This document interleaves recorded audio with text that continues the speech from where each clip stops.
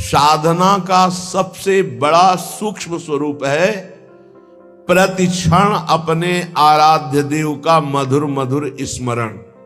ये सबसे बड़ा साधन है और इसी से भगवत प्राप्ति होती है, केवल इसी से भगवत प्राप्ति होती है। और सब साधन है उनका फल है स्मृति, और ये मधुर मधुर स्मृति ही भगवत प्राप्ति कराती है। अनन्य चेता सततम यो माम स्मृति नित्यसा तस्याहम सुलभा पार्थ। भगवान कह रहे मैं उसके लिए सुलभ हो जाता हूं जो नित्य निरंतर मेरे में आसक्त चित्त होकर मेरा स्मरण करता है। अनन्य चेता सततम यो माम स्मरति नित्यसा, इससे बड़ा कोई साधन नहीं और ये सबसे कठिन है। चाहे निराकार उपासक हो चाहे साकार उपासक हो, बिना स्मृति के वो अपने लक्ष्य की प्राप्ति नहीं कर सकता। ये हम बहुत से सब शास्त्रों का स्वाध्याय, संतों का समागम, ये योग की सबसे बड़ी वृत्ति है चित्त वृत्ति का निरोध करके परमात्मा स्वरूप में स्थित कर देना, जिसका स्वरूप भगवान श्री कृष्ण चंद्र कह रहे हैं तेषाम सतत युक्ता नाम भजताम प्रीति पूर्वकम ददामि बुद्धि योगम तम येन माम उपयांति ते। जो सतत मेरा भजन करते हैं मैं उन्हें बुद्धि योग प्रदान कर देता हूं। चित्त वृत्ति का संसार की तरफ ना जाकर परमात्मा में निरंतर स्थित रहना, आराध्य देव में स्थित रहना, यही सबसे बड़ा योग, यही सबसे बड़ी भक्ति, निरंतर स्मरण, और यही सबसे बड़ा ज्ञान कि सब कुछ विस्मरण अपने स्वरूप में स्थित। भक्ति योग, अष्टांग योग, ज्ञान योग, कर्म योग, किन्हीं न किन्हीं मार्ग में तो होगा ही कोई, लेकिन सबका सार है संसार का विस्मरण और परमात्मा का स्मरण। ये सब संप्रदाय, सब साधन, सबका सार, अगर ये नहीं तो कुछ नहीं मिला आपको। सब साधन कर यह फल सुंदर, प्रभु पद पंकज प्रीति निरंतर। समस्त साधनाओं का ये परम सुंदर फल है कि अपने प्रभु के नाम में, रूप में, लीला में निरंतर स्थिति बनी रहे, अंतर रहित स्थिति बनी रहे। देखो आप हर साधना का यही फल है। बहुत सुलझा हुआ बात समझना, सब कुछ हो रहा है, स्मृति नहीं है अंदर अखंड, खास बात नहीं, कुछ नहीं हो रहा, स्मृति चल रही है, सब कुछ हो गया। ये बात अच्छे से समझ लीजिएगा। जो स्मृति प्रधान है, स्मृतिवान है, वो विशेष कृपा पात्र है। प्रायः देहाभिमानी क्रियाओं पर, संख्या पर विशेष ध्यान देता है, स्मृति पर नहीं। कृपा पात्र स्मृति पर ध्यान देता है, क्रियाओं पर नहीं। क्रियाएं हो रही, स्मृति कहां है? देहाभिमानी क्रियाओं पर ध्यान, मैंने ये किया, मैं ये करूंगा, मैं ये कर सकता हूं, वो प्रकट क्रियाओं पर ध्यान देता है। जो कृपा पात्र होता है वो आंतरिक स्मृति पे, बाहर जो बन रहा है बहुत एकाग्रता पूर्वक बनेगा, क्योंकि वो एकाग्र है, स्मृतिवान है। स्मृतिवान ही ज्ञानी है, स्मृतिवान ही योगी है, स्मृतिवान ही वैरागी है, स्मृतिवान ही प्रेमी है, भक्त है। जो को स्मृति शून्य कोई खास बात नहीं, कितनी भी बड़ी तपस्या हो, खास बात। ज्ञानी आत्मरति, भक्त इष्टरति, योगी स्वरूप में स्थित समाधिस्थ, उठते बैठते चलते फिरते। अगर यह समाधि नहीं प्राप्त है तो संप्रज्ञात समाधि, जो संकल्पित समाधि, उसका कोई महत्व नहीं।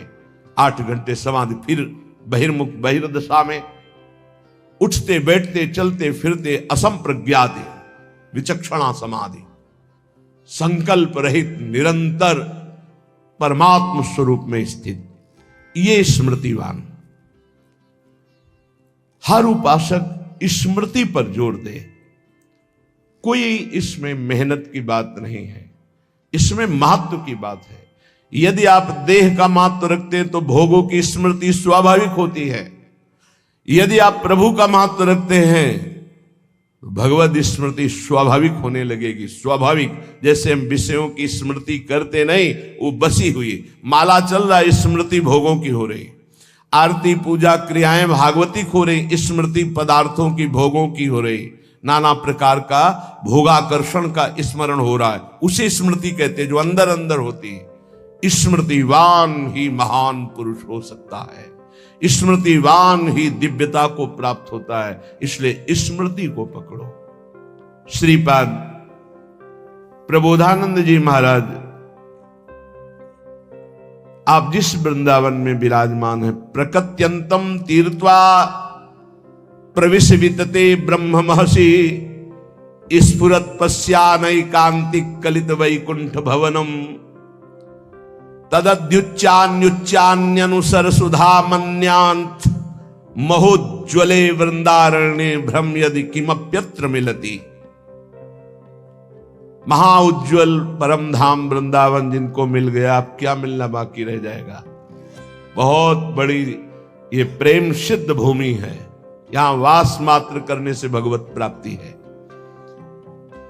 संपूर्ण प्रकृति स्थूल सूक्ष्म कारण इसका जो उल्लंघन कर जाते हैं वो ब्रह्म ज्योति में प्रवेश करते हैं। त्रिगुणात्मिका माया पर जो विजय प्राप्त करते हैं वो ब्रह्म तेज में लीन होते हैं। उससे भी परे जो एकांतिक भगवत प्रीति संपन्न है उनका वैकुंठ में प्रवेश होता है। उससे भी उच्चतर और भगवान की विभिन्न लीला धाम है, उससे भी उच्चतर ये महाप्रेम रस समुद्र वृंदावन धाम है। ये सर्वोपरि उज्जवल प्रेम रस प्रदान करने वाला। यदि तुम्हें वृंदावन मिल गया तो अब कुछ भी मिलना बाकी नहीं रह जाएगा। इसलिए वंदे वृंदावनगत महम भक्ति भारावनम्रो धन्याग्रण्यम क्रमिमपि न चान्यत्र संस्थांतरणाय। मैं वृंदावन की कृपा से वृंदावन की महिमा को जितना जान रहा हूं, श्रीपाद कह रहे हैं यहां के किसी भी जीव का अपमान मत करना। आप यहां का अगर कीड़ा भी दिखाई देगा तो मैं माथा रख करके उसको दूर से पंचांग प्रणाम करूंगा कि तू धन्य है, वृंदावन में कीड़ा बना, मेरी स्वामिनी के महल का है। बहुत ध्यान देने, किसी की निंदा या अपमान या प्रहार दंड देना ये तो बहुत दूरी बात है। यहां छोटे से छोटे जिसे तुम निम्न कोटि का जीव समझ रहे हो, बड़ा भारी परमहंस महात्मा बना हुआ है। वंदे वृंदावन गतमहम भक्ति भारावनम्रो धन्याग्रण्यम क्रमिमपि। यहां वृंदावन के क्रमी को मैं प्रेम भार से झुककर मस्तक रखकर प्रणाम करता हूं, क्योंकि प्रियाजू के महल का है। किंतु संस्थान त्रणाय मन्ने ब्रह्मादिक सुरगणान किम बहुक्त्या ममेयम। बड़े बड़े देवता देवराज इंद्र ब्रह्मादि को भी मैं तिनके से बड़ा नहीं समझता हूं। ये अभिमान नहीं है, ये स्थिति है। देवराज इंद्र और ब्रह्मा पद को भी मैं तिनके से बड़ा नहीं समझता हूं, क्योंकि आप ब्रह्म स्तंभ पर्यंतम सर्वम मायामयम जगत, तिनका और ब्रह्मा दोनों माया से ही रचे हैं। ब्रह्मादि देवताओं को, इंद्रादि देवताओं को मैं तृण से अधिक नहीं अर्थात तृण के समान मानता हूं। स्वामी श्री हरिदास जी के लिए भी आया है, सुरपति नरपति लोकपति जिनके भावे घास घास रहे परम आनंद में तज सभी की आस। पर वृंदावन के मैं कीड़े को भी मस्तक रखकर जमीन पे प्रणाम करता हूं। बाहर के भी देवराज इंद्र या ब्रह्मा पद को मैं तिनके के समान समझता हूं। ऐसा आया है रसिकों के लिए, कि 7 गांठ कौपीन में इंद्र बापुरो कौन। बेचारा इंद्र उनके सामने क्या, किनके सामने? बोले जिनकी लंगोटी भी 7 जगह से सिली हुई या गांठ लगी हुई है, सही लंगोटी भी नहीं है, पर प्रिया प्रीतम के अनुराग में तो बोले इंद्र बापुरो कौन। बेचारा इंद्र क्या है उनके सामने। ये पक्की बात है। जो अपने आराध्य देव की प्रीति को प्राप्त हो गया है, उसके सामने कुछ नहीं है, कोई पद नहीं। जब भक्ति का रंग चढ़ता है तो न पारमेष्ठम न महेंद्र धिष्णम कह देना बहुत सरल बात है। श्लोक याद करके बोलना या उसका अर्थ बता देना बहुत सरल बात है। और हम कह रहे हैं न पारमेष्ठम न महेंद्र धिष्णम न सार्वभौमम न रसाधिपत्यम न योग सिद्धिर अपुनर्भवम वा। नहीं चाहिए। और एक छोटा सा विषय, एक छोटी सी भोग सामग्री विचलित करके नीचे गिरा देती है, तो वो केवल दम्भ हुआ बोलना। स्थितिहीन महापुरुषों की जो बोल रहे हैं कि ब्रह्म पद या देवराज इंद्र का पद भी तिनके के समान हमारे लिए है। महत्व है तो वृंदावन का उस कीड़े का भी जो इस रज में रेंगता है। क्रमी प्रौढ़िर गाढ़ा न खलु पर तो भाति कृष्णोपि पूर्णा। मेरी बात को चतुरता पूर्वक मत समझना कि मैं वाक चातुरी से बोल रहा हूं। पक्की बात समझना कि यदि वृंदावन के बाहर श्री कृष्ण भी खड़े हो तो मैं उनको देखने के लिए आंख नहीं उठाऊंगा। जैसा श्रीपाद कह रहे ऐसे श्री भट्ट देवाचार्य जी भी कह रहे हैं। विपिन राज सीमा के बाहर हरिहु को न निहार रे मन वृंदा विपिन। अब आप सोचेंगे कि ऐसा क्यों कह रहे हैं, क्योंकि हमारे वृंदावन बिहारी जो एक कदम भी वृंदावन से बाहर नहीं जा सकते। हमारी प्रियाजू, हमारे लालजू, यही सबके मूल हैं, यहीं से अवतार होते हैं। जो ब्रज में भी अवतार होते हैं, निकुंज से ही ठाकुर जो प्रभु के अंश से ऐश्वर्य में भगवत स्वरूप है, उनसे तो ऐश्वर्यमयी लीलाएं, महामाधुर्य रसमयी लीलाओं के लिए हमारे निकुंज के ठाकुर संबोधन करते हैं। हरिवंश महाप्रभु आनंद आज नंद के द्वार। कौन प्रगटा है? तो बोले दास अनन्य भजन रस कारण। ये प्रगटे लाल मनोहर ग्वार। ये प्रगटे लाल, लाल जो आए हैं निकुंज से, जो ब्रज में अपने अंश से लाल जो प्रकट होकर रसमयी महामाधुर्यमयी लीलाएं किए हैं। ऐश्वर्यमयी लीला के लिए जब हो तो भगवान चतुर्भुज नारायण जेल में प्रकट होते हैं देवकी वसुदेव को। मैंने वरदान दिया था कि मैं पुत्र रूप में, तो देखो मैं तुम्हारे सामने इसलिए प्रकट हुआ हूं कि तुम मुझ में ब्रह्म भाव और पुत्र भाव दोनों रखना। वो ऐश्वर्य स्वरूप। अगर ब्रज के बाहर तो ठाकुर का ऐश्वर्य में स्वरूप, तो ये महामाधुर्य रस वाले आंख उठा के भी नहीं देखना चाहते। प्रिया जो नहीं पास में, तो वृंदावन के रसिक हरि को नहीं पहचानते। नित्य विहार रस के रसिक अगर आचार्य नहीं वहां हित सजनी स्वरूपा या हरिदासी स्वरूपा ललिता जी, तो आंख उठा के जुगल जोरी को भी नहीं पहचानते। स्वामी जी कहां है? वो स्वामी जी तो अंतर ध्यान मेरे सहचरी वपू में लीन हो गए, प्राण निकल गए विठ्ठल विपुल देव। हमारी आचार्य स्वरूपा गुरु स्वरूपा सहचरी पार्श्व में तब प्यारी जो प्यारी हरिवंश जोरी। कह रहे पक्की बात कह रहा हूं, केवल वाक चातुरता मत समझना। वृंदावन के बाहर अगर हरि भी हो तो आंख उठा के, ऐसे श्री भट्ट देवाचार्य। विपिन राज सीमा के बाहर कुछ है, एक दिव्यता, एक अद्भुतता, एक महामाधुर्यता। इसलिए उपासक को चाहिए कि यदि वृंदावन धाम का आश्रय मिल गया। कल एक संत भगवान ने प्रश्न किया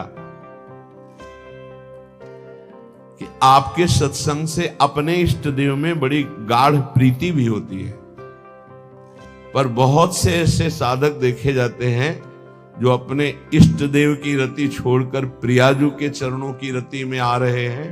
तो इसमें आपका क्या भाव है उन लोगों के प्रति जो अपने इष्ट को छोड़कर आ रहे हैं? पहली बात कही कि चद्दर सही रंगा नहीं, अगर सही रंग गया है तो काली कामरी पर दूसरा रंग नहीं चढ़ता है। और दूसरी बात यह है कि जब प्रीति की बाढ़ आती है फिर ये नहीं दिखाई देता है कौन कहां कैसा। फिर तो प्रेम में ऐसी उमगन होती है, सर्वस्व त्याग कर आगे बढ़ता है। हमारे आचार्य चरण कहते हैं, जे अवतार कदम्ब भजत हैं धरि दृढ़ व्रत जुहिए, तेऊ मगि तजत मर्यादा बन बिहार रस पिए, रहो को काहू मन ही दिए, मेरे प्राणनाथ श्री श्यामा शपथ करो तृण छिए। जे अवतार कदम, कदम कहते समूह, जो अवतार लीला भगवान ने की, उन अवतार प्रभु के जो सुंदर रूप, सुंदर लीलाएं, सुंदर गुण, सुंदर महिमा, उनका जो भजन करते हैं, जब वो नित्य बिहारी श्यामा श्याम की प्रेम लीला के रसिकों का संग पा गए तो ऐसी उमगन होती कि वो अपनी उपासना छोड़कर उनके रंग में रंग जाते हैं। हरिवंश महाप्रभु कहते हैं वो अनन्य रामोपासक थे। तो उनका ये बात बहुत जोर की लगी कि शायद वो अपने इष्ट में प्रीति नहीं कर पाए, इसलिए ऐसा हो गया। उनका ऐसा भी नहीं, प्रेम की उमगन घसीट लेती है। का ऐसा कैसे हो सकता? उनका ऐसे हो सकता है जैसे तुलसीदास जी और नंददास जी सगे गुरु भाई हैं। तो जब नंद नंदन ललित त्रिभंगी मुरली मनोहर की रूप की चपेट पड़ी तो नंददास जी आसक्त चित्त होकर नंद नंदन की उपासना में तन्मय हो गए। तिलक बदल गई, छाप बदल गई, आराधना बदल गई। तो गोस्वामी जी ने पत्र में लिखा कि गुरु भाई, हमारे राम जी में क्या कमी थी जो श्याम जी के भजन में डूब गए? तो उनका भैया यहां कमी की कोई बात नहीं थी। हे बावरा मन बंसी की तान सुनकर लुट गया। अब क्या कहें हम। और फिर गुरु जी ने भी कुछ सोच विचार के ही हमारा नाम नंददास रखा था, इसीलिए नंद नंदन ने मुझे अपना दास बना लिया, चित्त का आकर्षण कर लिया। अरे बड़े बड़ों के हृदयों में इस रूप माधुरी ने अपना प्रभाव दिखा दिया। ये ऐसा रस है, सच्ची कहते हैं, ये ऐसा रस है कि ज्ञान मार्ग, योग मार्ग, भक्ति मार्ग, कर्म मार्ग, विषय मार्ग, किसी भी मार्ग का जीव एक चपेट मारी और अपना बना लिया। तुलसी घाट में 80 घाट के बिल्कुल समीप ही है। आज भी वो पीपल का वृक्ष विराजमान होगा, क्योंकि पीछे ही हमको दिखाया गया था कि ये अभी विराजमान है। अब तो बहुत सुंदर निर्माण वहां हो चुका है, पहले रज का ही सब 80 घाट पूरा रज का ही था। ध्यानस्थ बैठे हैं, चलो रास, बस वहीं से ऐसा परिवर्तन हुआ। अब हमसे पूछा जाए कि आपको क्या ब्रह्म ज्ञान में तृप्ति नहीं मिली क्या? आपको क्या अपने साधन या आचार्य निष्ठा में जैसी हरिवंश महाप्रभु में निष्ठा है पक्की, तुम्हें बता दे, क्योंकि बच्चापन से जो निष्ठा पड़ती है वो निष्ठा कभी फिसलती नहीं, ध्यान रखना।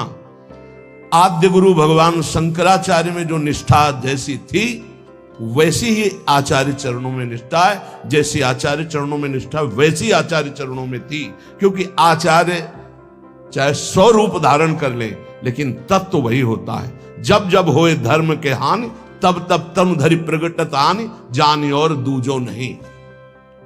तृप्ति, न भूख की चिंता, न प्यास की चिंता, न वर्षा की, न गर्मी की, किसी भी, न सर्दी की, कोई व्यवस्था नहीं। घाटों में तो बिना आनंद के घाटों में रहते थे क्या?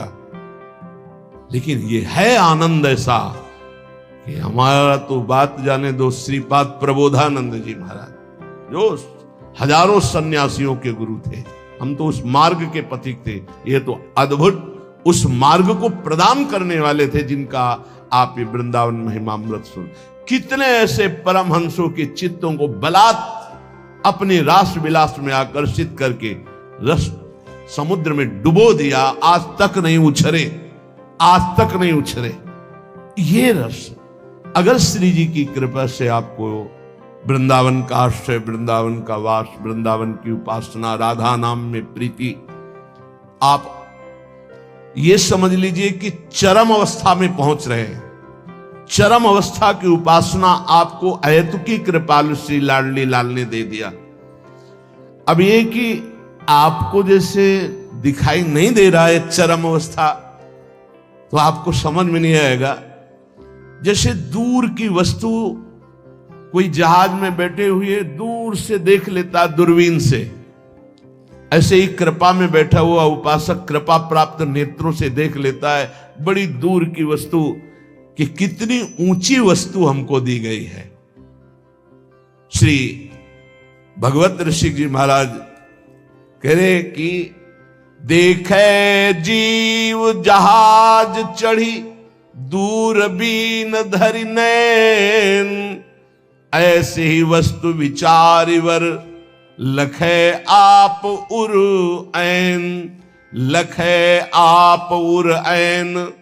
उपासक तौन कहावे रहे गुणन के बीच, गुणन आसक्त नावे। भगवत रसिक अनन्य सभाते आवे लेखे, प्रकृति पुरुषते परम, प्रकृति पुरुषते परे परम, उज्ज्वल रस देखे। यही बैठे हो, अलग अलग भाव के अनुसार दृष्टि है, लेकिन एक कृपा दृष्टि मिलती है जिससे मानस नेत्र खुलते हैं। वो दूरबीन है जो बैठे बैठे नित्य विहार रस को देख सकते हो।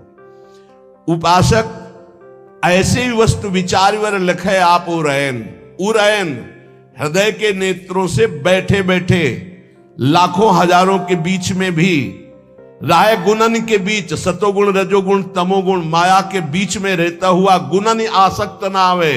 त्रिगुणातीत अवस्था को प्राप्त वो महापुरुष अपने हृदय के नेत्रों से महामाधुर्य रस का अवलोकन करता है। कोई भी द्वंद्व उसका स्पर्श नहीं कर सकता। प्रकृति और पुरुष दोनों से परे, यद्यपि प्रायः दो का ही वर्णन होता है, प्रकृति और पुरुष, लेकिन यहां कह रहे ये प्रकृति और पुरुष दोनों से परे परम उज्जवल महामाधुर्य रस को वो रसिक अनन्य अपने हृदय की दूरबीन से हर समय देखता रहता है। प्रकृति और पुरुष दोनों से परे, तभी कहते विपिन राज सीमा के बाहर हरिहु को। ये एक अद्भुत रस है वृंदावन का। ये आश्रय ले लो, चाहे लाखों कोस दूर हो, तो यही रस आपके हृदय में प्रकाशित होगा। जैसे पूज्य बाबा श्री राधा बाबा, भाई जी श्री हनुमान प्रसाद पोद्दार जी और शास्त्रों अनुगामी जन प्रिया प्रीतम के प्रेम रस में निमग्न हुए गोरखपुर गीता वाटिका पर। रजरानी वृंदावन की आश्रय, वृंदावन का आसक्ति प्रिया प्रीतम के चरणारविंद की वृंदावन से ही प्राप्त हुई। इसलिए अपने को जो मिला बहुत जोर की बात मिल गई। राधा नाम प्रिया प्रीतम के चरणों का आश्रय, श्री स्वामी जी के कृपा प्रसाद से कुछ दुर्लभ नहीं रहेगा, सब कुछ प्राप्त हो जाएगा। धैर्य पूर्वक अपने मार्ग को पकड़ के चलते रहो। हमें सत्संग सब सुनना है, पर यह नहीं भूलना कि हम किस मार्ग के पथिक हैं। महापुरुषन ने सब रस गायो देखनो, यह है कि उनको हियो कहां ठहरानो ताको गहनो। सत्संग में सब धर्म की बात होगी, लेकिन आपको अपने अनन्य धर्म की बात पकड़नी और अपने मार्ग में चलना है।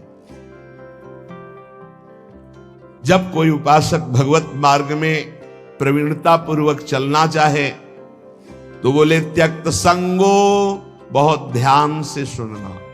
जित क्रोधो लघ्वाहारो जितेंद्रिय, पिधाय बुद्ध्या द्वाराणि मनो ध्याने निवेशयेत्। महान अवधूत श्री दत्तात्रेय जी महाराज, यदि तुम भगवत मार्ग में चलना चाहते हो, भगवत प्राप्ति करना चाहते हो, तो कह रहे त्यक्त संगो, किसी का भी संग स्वीकार ना करें। ये बहुत खास बात साधना में है। अपना जीवन में प्रभु और गुरुदेव के सिवा कोई संगी नहीं होना चाहिए। ये देखो, अगर महापुरुषों के वचनों को स्वीकार न किया जाएगा तो फंसने में देर नहीं लगती, मिनट नहीं लगती फंसने में, मिनट कहने में देर लगती, फंसने में देर नहीं लगती। इस भोगों का राग, संपत्ति का राग, पद का राग, ये सब संग के अंतर्गत आता है। संग का मतलब किसी व्यक्ति से ही नहीं है, व्यक्ति, वस्तु, स्थान सबसे है। ज्ञान का वर्णन कर लेना और स्थिति में रहना बहुत कठिन बात है, बहुत कठिन बात है, बहुत कठिन बात। पूज्यपाद सिवड़िया बाबा जी महाराज जब गंगा किनारे भ्रमण करते थे तो कानपुर के आगे एक स्थान पर योग वासिष्ठ का प्रवचन एक कर रहे थे। ऐसा आत्मज्ञान का वर्णन कर रहे थे, बाबा को पूरा लगा कि ये बोधवान पुरुष है।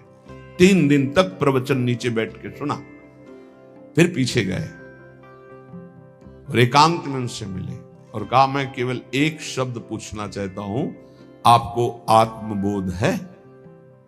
तो उनका, आप हमारे आश्रम गुरु हैं। सन्यासी गृहस्थ का आश्रम गुरु होता है, आपसे मिथ्या भाषण महापाप होगा, इसलिए प्रभु मैं वाक्पटु हूं, विद्वान हूं, शास्त्रों का सम्यक ज्ञान है, लेकिन तत्वबोध नहीं है। उनका बस मुझे इतना ही बाबा ने अपने अनुभूति, शास्त्र का ज्ञान होना एक अलग विषय है और तत्व बोध होना एक अलग विषय है। यहां परम अवधूत दत्तात्रेय भगवान कह रहे, यदि तुम्हें तत्व बोध प्राप्त करना, भगवत प्राप्ति करनी है, देखो, अगर आप सोचो कि मैं प्रेम मार्ग का हूं, मुझे तत्वबोध से क्या मतलब है, तो सर्वान वस्तुतया निरीक्ष, ये तत्वबोध ही ध्यान रखना। ये क्रूरा अपि पापिनो न च सताम संभाष्य दृश्या से सर्वान वस्तुतया निरीक्ष, परम स्वाराध्य बुद्धिर्मम, सब में, पापी में, पुण्यात्मा में, सब में एक मेरे आराध्य देव, ये तत्वबोध ही है। बोले त्यक्त संगो, त्यक्त संगो। त्यक्त संगो का मतलब केवल बाहरी व्यक्ति नहीं है, वस्तु है, स्थान है, पद है, प्रतिष्ठा है, संपत्ति है, ये बाहरी है। केवल इतना ही नहीं, अंदर की वृत्ति है, अंदर की मान्यता है, अंदर का अहम है, अंदर के विचार हैं, उनसे भी असंग रहना है। त्यक्त संगो, वो जित संग दोषा, अंदर और बाहर से, तब वो परम पद का अधिकारी हो। समझ लीजिए बहुत ध्यान से, शायद ये समझ पाना कठिन है, क्योंकि बाहरी कुसंग नहीं त्याग पा रहे, फिर बाहरी संग की बात क्या, फिर अंतर के संग की बात क्या। अंतर के अहम का त्याग, अंतर के विचार का त्याग, अंतर की वृत्ति से असंग, अंतर की वृत्ति से असंग, वो जीवन मुक्त महापुरुष होता है। अंतर की वृत्ति से भी असंग, साक्षी, दृष्टा मात्र। आगे चलकर समझ में आएगा। त्यक्त संगो, अगर भगवत प्राप्ति करनी तो ये सूत्र बहुत अमृत है। किसी भी दृश्य, किसी भी व्यक्ति, किसी भी वस्तु, किसी भी पाद, किसी भी वृत्ति, किसी भी विचार, किसी, कहीं भी नहीं, हर समय साक्षी, निर्लेप, असंग, तब वो परम पद का अधिकारी। वही प्रिया जो मुस्कुरा के दे देती है। इसलिए अलवेली सरकार, जित क्रोधो, पहले त्यक्त संगो, फिर जित क्रोधो, किसी भी परिस्थिति में क्रोध ना आने पावे। कभी कभी हम अपने दोषों को गुण मान करके प्रकाशित करते हैं कि ये कोई क्रोध नहीं है। अगर गलती को गलती नहीं मानोगे तो अक्रोध स्थिति को कभी प्राप्त नहीं होगी। क्रोध तब आता है जब हमारी कामना के विरुद्ध कोई चेष्टा होती है, पक्का, और क्रोध की सत्ता ही नहीं, हमारी चाहत ही ना हो। भगवान बोलवा रहे, बोल दिए, भगवान कह रहे ऐसे चलो, ऐसे चलो, वो हम बता दिए, अब ना चलो, आपकी मर्जी। क्रोध नहीं आना चाहिए। भारी से भारी विपरीत परिस्थिति में भी क्रोध नहीं आना चाहिए। ये कब होगा? जब सामने हम प्रभु देखते हैं। हमें तभी क्रोध आता है जब हमारी चाहत के विपरीत क्रिया होती है और हमारे चिंतन के विपरीत चिंतन होता है। आ गया क्रोध, आ गया क्रोध, शुरुआत हो गई। अब अभद्र शब्द, दुरुक्ति, दुरुक्ति माने गाली, ये पहचान है कि क्रोध देवता पधार चुके हैं। और वो सीधे तप, पवित्रता, भजन, इसको चाटते हैं, वो इसको भस्म करते हैं, इसको लेते हैं। क्रोध देवता तुम्हारे तप को, तुम्हारी पवित्रता को, अंतःकरण की तुम्हारे साधन को चाट जाएंगे, कुछ अनुभव नहीं होगा। जब हमारा ये चिंतन गिरा कि सामने प्रभु नहीं, हमारी बात नहीं मानता, विपरीतता है, वहीं क्रोध आ जाएगा। अन्यथा आने का कोई भी रास्ता नहीं क्रोध के। जित क्रोध, यहां कह रहे जित क्रोध हो, भगवान अवधूत दत्तात्रेय जी। अगर उपासक को परम पद पे आरूढ़ होना है, दिव्य साधना संपन्न बनना है, तो क्रोध पर विजय प्राप्त, कभी गुस्सा नहीं आना चाहिए। वो कब होगा? हम व्यक्ति देखते हैं तब गुस्सा आता है। हम भगवत भाव करेंगे तो जलेगा हृदय पर, हम गुस्सा नहीं कर पाएंगे। हम चाहत करते हैं तब गुस्सा आता है। अगर हम चाहत को भगवान की इच्छा में छोड़ देते हैं तो गुस्सा नहीं आएगा। जोई जोई प्यारो करे, सोई मोई भावे। लगवा हारो, थोड़ा आहार करें। बिहारी देव जी पीछे जब वाणी में आया था कि भूख से जो ज्यादा पेट भरता है उसका भजन तो हो ही नहीं सकता। पक्का यह अनुभव की बातें हैं। भूख से कम भोजन करने पर हमारी जो जीवनी शक्ति है कुछ पचाने में लगती है और कुछ से हम भजन कर लेते हैं। अगर भूखे हैं हम तो हमारा चिंतन बार बार खिंचता है भूख की तरफ। इसलिए लघवा हारो, थोड़ा आहार डाल लिया जाए। और ये अभ्यास से होता है। एक एक कवल केवल आप कम कर लीजिए तो बहुत थोड़े आहार में आपकी दिनचर्या बहुत स्फूर्ति वाली हो जाएगी। आप ये भ्रम छोड़ दें कि हम जितना अधिक आहार करेंगे उतने अधिक शक्तिशाली बनेंगे, ऐसा नहीं है। विचार आपके, संकल्प आपका, ये आपकी सामर्थ्य होती है। शुद्ध संकल्प, ये हम सांसारिक भाषा में बोल रहे हैं। शुद्ध संकल्प, शुद्ध विचार, पवित्रता, जितेंद्रियता, लघुआहार, आप महान बलशाली हो जाएंगे पक्का। देखो, संकल्प रहित होकर देखो, भगवद आश्रित होकर देखो, और अपार सामर्थ्य। शुद्ध संकल्प का कितना बड़ा चमत्कार है कि आप नहीं समझ पाएंगे, कि विश्वास ही नहीं कर पाएंगे। अगस्त जी ने संकल्प किया और ऐसे समुद्र को पी गए, पूरे समुद्र को। आप विश्वास नहीं कर पाएंगे कि समुद्र को पी गए अगस्त जी महाराज। महान तप निधि, संकल्प किया और पी गए समुद्र को। यह संकल्प की ताकत। भोजन से इस पांच भौतिक शरीर का पोषण होता है और धीरे धीरे हम शरीर से अपने को अलग करने के लिए साधना कर रहे हैं। तो लघवा हारो, थोड़ा आहार चाहिए। हमारा दिमाग क्या सिखाता है? बर्बाद काहे को करोगे? अब कितना रह गया? 2 लड्डू रह गए हैं, 1 कटोरी खीर है। वैसे तो नहीं है पर बर्बाद नहीं होना चाहिए। अन्न है, ये बर्बाद, श्वास बर्बाद हो जानी चाहिए। अरे दूसरा कोई खा लेगा, कोई और जीव पा लेगा। आप थोड़ा भजन के लिए जगह बनाए रखो। अगर आपने परुषा लिया है तो किसी और जीव को पवा देना। सब अपने गुरु भाई ही हैं, हम एक ही प्रभु के बच्चा हैं। पोशाकें अलग अलग हैं। अरे किसी के श्वान की पोशाक है, किसी के सूकर की पोशाक है, किसी की कृमि की, लेकिन हम हैं सब एक ही भाई। परमात्मा अंश हैं, हम सब एक ही हैं। अंश वही है, पोशाकें अलग अलग है, वो पालेंगे। हम भजन के लिए उतने ही पुरुष हुए, उतने ही पावे जिससे भजन। ये आप बैठा लीजिए, खाते खाते मर जाओगे लेकिन खाने की आदत नहीं खत्म होगी। इसको संयम में लाओ। पहला कहा है त्यक्त संगो, दूसरा कहा है जित क्रोधो, तीसरा कहा है लघवा हारो। यदि भगवत प्राप्ति करनी है, दिव्यता लानी है, भजन का चमत्कार अंदर प्रकट करना है कि काम क्रोध लोभ मोह मद मत्सर ये सब भस्म हो रहे हैं, तो लघवा हारो, आहार पाने के बाद फिर ऐसे तुरंत बैठ सकते हो, ऐसा आहार पाइए कि अगर आपको तुरंत बैठना पड़े तो आपको वजन न लगे कि पेट में वजन है। ये जितना आप चिकने पदार्थ, जितने आप स्वादिष्ट पदार्थ समझ रहे हैं, ये स्वाद नहीं है। वास्तविक स्वाद तो राधा नाम सुधा रसम रसितुम, रोम रोम आपका जंकृत हो जाएगा जिस दिन राधा नाम। बोले हमें तो स्वाद नहीं मिलता, तो जिसका पित्त बढ़ जाता मिश्री कड़वी लगती है, अगर अनुपान से दवा रूप में वही लिया जाए तो जब पित्त नष्ट होगा तो मिश्री मीठी लगने लगे। तो राधा नाम सुधा अमृत है, ये अमृत रस है। आचार्यों ने, महापुरुषों ने, स्वयं हरि ने इसका पान किया है, वही आपको मिल रहा है। आपकी जबान खराब हो चुकी भोगों में, थोड़ा भोजन कीजिए, बड़ा पावर मिलता है। आप उपवास के दिन देखना भजन में बहुत मन लगेगा थोड़ा पाने पर।